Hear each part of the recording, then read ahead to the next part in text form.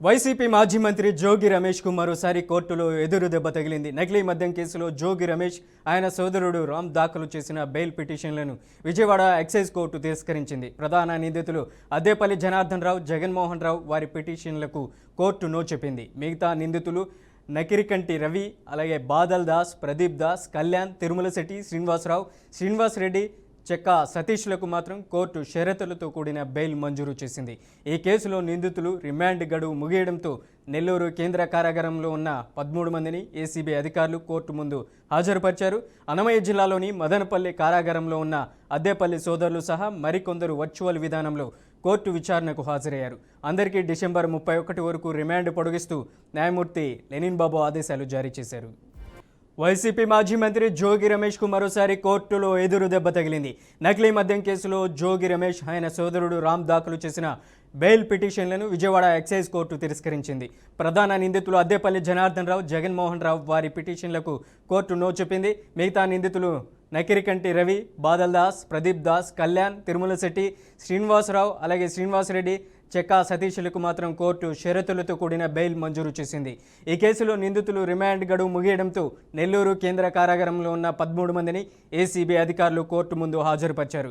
అన్నమయ్య జిల్లాలోని మదనపల్లి కారాగారంలో ఉన్న అద్దేపల్లి సోదరులు సహా మరికొందరు వర్చువల్ విధానంలో కోర్టు విచారణకు హాజరయ్యారు. అందరికీ డిసెంబర్ 31 వరకు రిమాండ్ పొడిగిస్తూ న్యాయమూర్తి లెనిన్ బాబు ఆదేశాలు జారీ చేశారు. ఇక ఇదే అంశానికి సంబంధించి మా ప్రతినిధి సుబ్బు మరింత సమాచారం అందిస్తారు. సుబ్బు, జోగి రమేష్కి సంబంధించినటువంటి అప్డేట్స్ ఏంటి? మనోజ్, నకిలీ మద్యం కేసులో వైసీపీ నేత మాజీ మంత్రి జోగి రమేష్ కు ఓట్లు దక్కలేదని చెప్పుకోవచ్చు. జగన్మోహన్ రావుతో సహా 18 మంది A18 జగన్మోహన్ రావు, A19 జోగి రమేష్, జోగి రాము బెయిల్ పిటిషన్లను విజయవాడ ఎక్సైజ్ కోర్టు తిరస్కరించింది. కొంతమంది నిందితులు బెయిల్ మంజూరు చేసింది. నేటితో రిమాండ్ ముగియడంతో జోగి రమేష్ తో పాటు 13 మంది నిందితులు ఎక్సైజ్ కోర్టు ముందుకు పోలీసు అధికారులు ప్రవేశపెట్టారు. ఇంకా 31 వరకు నిందితులకు న్యాయస్థానం రిమాండ్ పొడిగించింది. అయితే జోగి రమేష్, జోగి రాము కాకుండా వాళ్ళతో పాటు A1 జగన్మోహన్ రావు, A1 మరో నిందితుడు వాళ్ళతో పాటు వాళ్ళ కాక మిగిలిన 18 మందికి బెయిల్ మంజూరు చేసింది.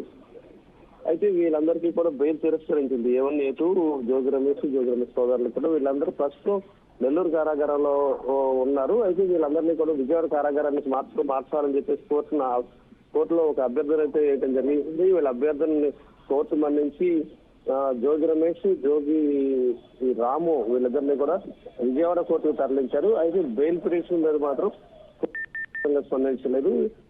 అందువల్లే బెయిల్ ఆలస్యం అయింది. తర్వాత ఫర్దర్ ప్రొసీడింగ్స్ కోసం అయితే ఇదంతా అయిపోయిన తర్వాత జోగి రమేష్ బెయిల్ పిటిషన్ తిరస్కరించిన తర్వాత పర్సనల్ గా జడ్జి ముందుకు వెళ్ళి బెయిల్ పిటిషన్ మరోసారి పరిశీలించాలని కోరడం జరిగింది. అయితే జడ్జి మాత్రం మీరు లాయర్ ద్వారా ప్రొసీడ్ అవ్వాలి, నేరుగా మాట్లాడకూడదని చెప్పేసి కూడా చెప్పడం జరిగింది. మొత్తం మీద ఈ బెయిల్ పిటిషన్ అయితే తిరస్కరణ గురైంది. అంతేకాకుండా 50 రోజులు జైలు జీవితం పూర్తయింది.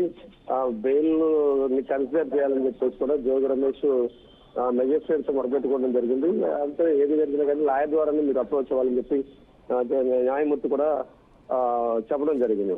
టోటల్ గా జోగి రమేష్, జోగి రాము బెయిల్ పిటిషన్ మాత్రం ప్రస్తుతానికి తిరస్కరించారు. మరోసారి బెయిల్ పిటిషన్ సోమవారం తర్వాత వేసే అవకాశాలు కనిపిస్తాయి. Manoj. Right Subbu, thank you for the updates.